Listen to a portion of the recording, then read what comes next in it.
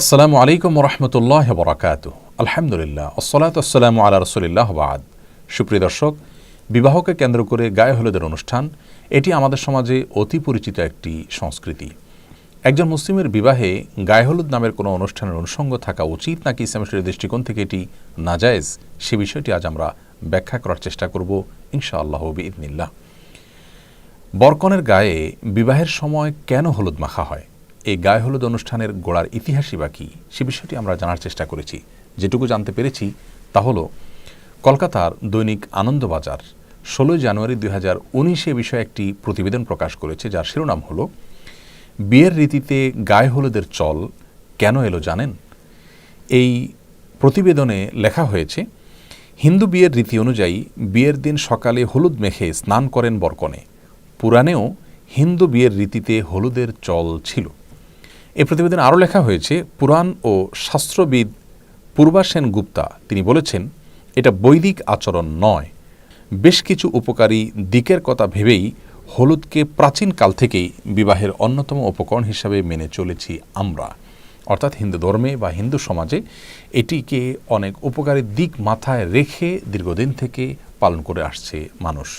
এ বিষয়ে বাংলাপিডিয়া বলছে, বৈদিক যুগ থেকে ভারতীয় হিন্দু সমাজে গাত্রহরিদ্রা বা অধিবাস বিয়ের অনুষ্ঠানে অবশ্য পালনীয় শাস্ত্রাচার ও লোকাচার হিসাবে পালিত হয়ে এসেছে।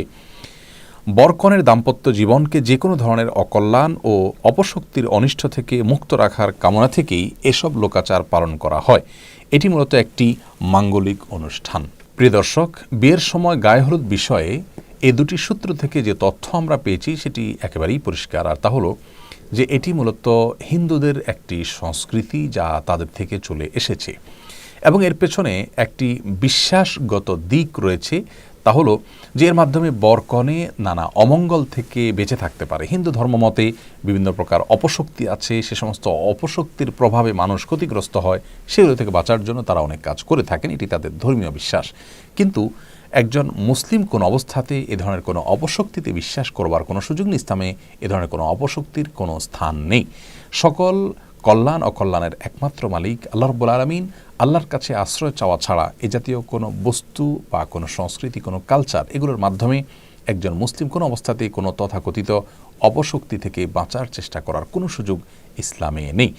আমরা অনেকেই জানি যে এই গায়ে হলুদ অনুষ্ঠানে শুধু হলুদ নয়, বরং দূর্বা, তিল, সরিষা, আরও অনেক বস্তু ব্যবহার করা হয়ে থাকে এবং এর সবগুলোর কারণ হলো ওই যে এটাকে বলা হয়েছে মাঙ্গলিক অনুষ্ঠান, বিভিন্ন ধরনের অকল্যাণ থেকে বেঁচে থাকা এবং দাম্পত্য জীবনে সুখ শান্তি যেন হয় সেই জন্য এগুলো করা হয়ে থাকে। তো প্রথমত এটি হিন্দুদের একটি ধর্মীয় সংস্কৃতি এবং এখানে তাদের বিভিন্ন রকমের বিশ্বাসগত দিক আছে যেগুলো শিরকপূর্ণ বিশ্বাস। একজন মুসলমান কোনো অবস্থাতে সেগুলো বিশ্বাস করতে পারেন না। আর এর বাইরে যে বিষয়টি আমাদের সবারই জানা, তা হলো গায়ে হলুদ অনুষ্ঠান মানে হলো নারী পুরুষের অবাধ বিচরণ, অবাধ মিশ্রণ এবং মেলামেশা। বরের গায়ে অনেক সময় ভাবি কিংবা গায়ের মহারাম মহিলারা হলুদ মেখে দিয়ে থাকেন এবং এটাকে তারা এনজয় করেন। কনের হলুদ অনুষ্ঠানে দেখা যায় গায়ে মহারাম ছেলেরা, পুরুষরা সেখানে থাকেন এবং তারা একে অন্যকে মাখামাখি করে থাকেন, গোটা শরীরে হলুদ মাখামাখি হয়ে থাকে। এর পাশাপাশি গানের যে বিষয়টি, ব্যান্ড পার্টি ইত্যাদি, এগুলো তো গায়ে হলুদ অনুষ্ঠানের অন্যতম গুরুত্বপূর্ণ অনুষঙ্গে পরিণত হয়েছে এবং এর মাধ্যমে অনেক সময় এলাকাবাসীর স্বাভাবিক জীবনযাত্রা দুর্বিষহ হয়ে পড়ে। গানের আওয়াজে আশেপাশে মানুষের বসবাস করাটাই অত্যন্ত কঠিন একটি বিষয় পরিণত হয়ে যায়। বিবাহকে কেন্দ্র করে এ ধরনের গানের অনুষ্ঠানের আয়োজন, ব্যান্ড পার্টি ইত্যাদি আমাদের এই সমাজে করা হয়, যে সমাজের মানুষ নিজেদেরকে সভ্য বলে দাবি করে, অথচ এটি কোনো সভ্য সমাজের মানুষের কাজ হতে পারে না যে আপনার গানের আওয়াজে আশেপাশে মানুষ ডিস্টার্ব ফিল করতে পারেন। তো প্রথমত বাদ্যযন্ত্রের ব্যবহার এবং এই জাতীয় গানের আয়োজনকে আল্লাহ আমাদের জন্য অনুমোদন দেননি। বিবাহকে কেন্দ্র করে যে দব বাজানোর অনুমোদন রয়েছে, ছোট শিশুদের গান করার অনুমতি রয়েছে, এটি সেই অনুমতি নয়। অর্থাৎ এই ব্যান্ড পার্টি করা এবং বড়রা নাচানাচি করা এবং সেখানে আপনার নানা রকমের মিউজিক্যাল ইনস্ট্রুমেন্ট ব্যবহার করা, এটি ইসলামের শরীয়তের দৃষ্টিকোণ থেকে কোনো অবস্থাতে জায়েজ নয়। সেই সাথে আপনার নারী পুরুষের যে অবাধ মেলামেশার বিষয়টি রয়েছে সেটি তো আছেই, আর তার চাইতেও বড় হলো যেখানে হিন্দু আইনি বিশ্বাস রয়েছে যার সঙ্গে একজন মুসলমান কখনো একাত্ম হতে পারেন না। বিবাহ একটি ইবাদত, এটি একটি ধর্মীয় কাজ। বিবাহের সময় আমরা চেষ্টা করি যে ইসলামী পদ্ধতিতে বিবাহটা শুদ্ধভাবে যেন সম্পাদিত হয়।